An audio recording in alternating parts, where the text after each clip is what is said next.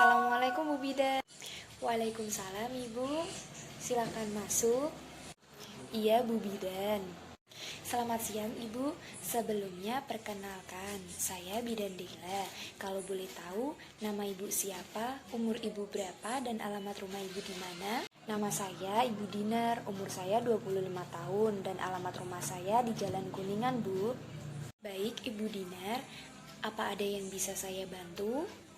Ini loh Bu, saya itu kok masih bingung ya sama imunisasi atau apa itu namanya? Lalu gunanya buat apa ya? Dan buat siapa saja? Dan kapan gitu Bu harus dilakukan?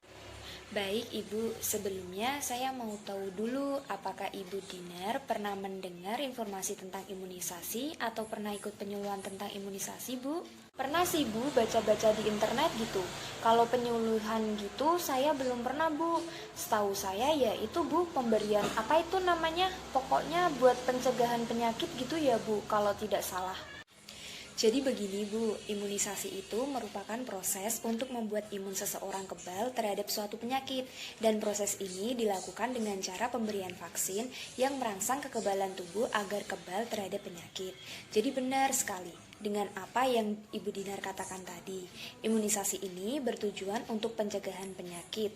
Lebih tepatnya agar tubuh anak kita bisa kebal terhadap segala penyakit yang mungkin menyerang. Oh, begitu ya Bu. Tapi Bu Bidan, katanya setiap orang itu sudah punya kekebalan sendiri Bu sejak lahir. Lalu mengapa kita harus divaksin lagi Bu? Begini Bu, bayi baru lahir itu memang sudah mempunyai antibodi alami yang disebut dengan kekebalan pasif. Nah, antibodi tersebut didapatkan dari ibunya saat masih bayi, masih terdapat di dalam kandungan. Akan tetapi, kekebalan ini hanya dapat bertahan beberapa minggu atau bulan saja. Dan setelah itu, bayi akan menjadi rentan terhadap berbagai jenis penyakit. Maka dari itu, bayi harus diimunisasi sesuai dengan jadwal yang telah ditentukan Bu. Jadi kalau sudah diberi vaksin bakal sudah terhindar dari penyakit gitu ya Bu Bidan? Imunisasi ini memang tidak memberikan perlindungan 100% pada anak Bu. Dan anak yang telah diimunisasi juga masih mungkin terserang suatu penyakit. Namun kemungkinannya sangat kecil yaitu sekitar 5-15%. Dan hal ini bukan berarti imunisasi tersebut gagal.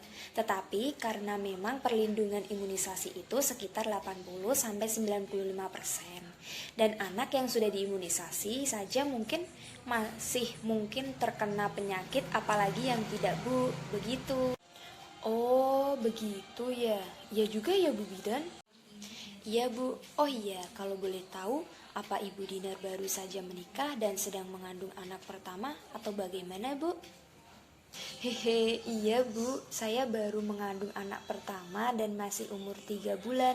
Jadi saya mau mempersiapkan apa yang seharusnya disiapkan. Wah, selamat ya Bu. Benar sekali Bu Dinar.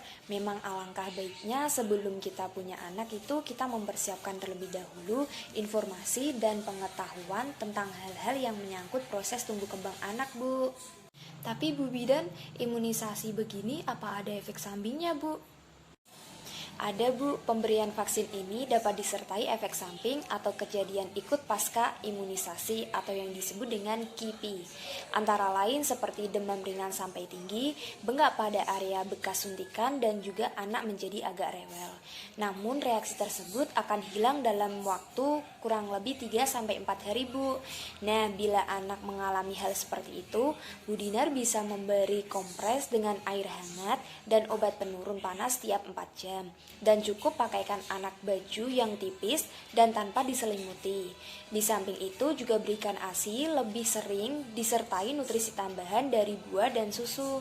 Dan perlu diwaspadai jika anak tak kunjung membaik, segera periksakan anak ke dokter atau bidan terdekat ya Bu. Oh, begitu ya Bu Bidan. Ya sudah Bu, kalau begitu saya sudah paham mengenai imunisasi. Alhamdulillah, apakah ada yang ingin ditanyakan lagi Bu Dinar? Oh iya Bu, bagaimana keadaan kandungnya Bu? Sehat ya Bu? Apakah ada keluhan terhadap kehamilan pertama Bu Dinar ini Bu? Tidak ada Bu, Alhamdulillah sehat, Bu. Kalau ada keluhan, mungkin seperti mual, muntah gitu masih terus berlanjut. Tetapi untungnya saya masih bisa makan sedikit-sedikit, Bu. Alhamdulillah, semoga Ibu sehat selalu ya dan juga didik bayinya. Dan satu lagi, Bu, pola makan dan istirahat juga diusahakan tetap terjaga ya, Bu. Ya, Bu Bidan, terima kasih. Kalau begitu saya pamit dulu ya, Bu. Sudah mau sore soalnya. Wassalamualaikum, Bu Bidan. Baik, Bu, sama-sama. Waalaikumsalam warahmatullahi wabarakatuh, Ibu. Hati-hati di jalan ya, Ibu.